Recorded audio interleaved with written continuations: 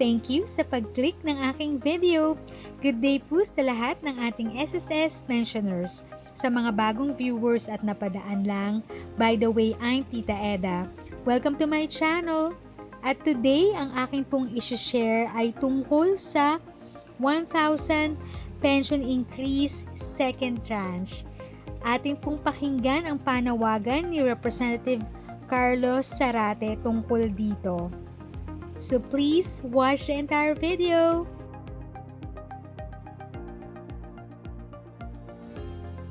Mr. Chair, several commitments were made by SSS to reform the agency. No?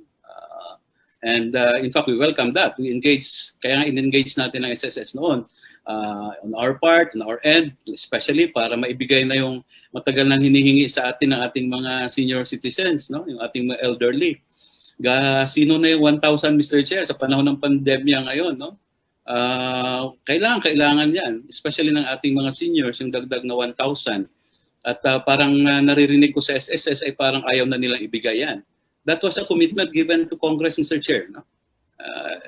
Kung ganun yung kanilang nagiging tindig ngayon, na nakiusap sila sa Kongreso noon na amendahan yung kanilang charter in exchange for the commitment na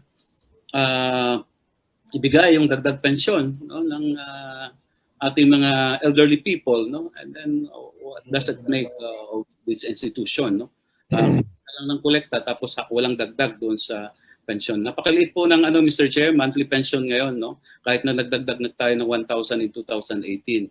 It will not be enough. It will not suffice. Hindi kakasya doon sa pangangailangan ng ating mga elderly people and senior citizens. Kaya dapat pagtuunan din ng pansin ito ng ating pamunuan ng SSS. So ayan mga guys, if you find this video very helpful at nagustuhan mo itong video, please like, share, comment, and subscribe to my channel and click the notification bell para updated kayo sa lahat ng videos na aking i-upload. Thank you ulit sa pag-tune in nyo sa aking channel. Again, this is Tita Eda. If you have questions and you want information, just visit Tita Eda's channel. Continue to be a blessing and stay safe.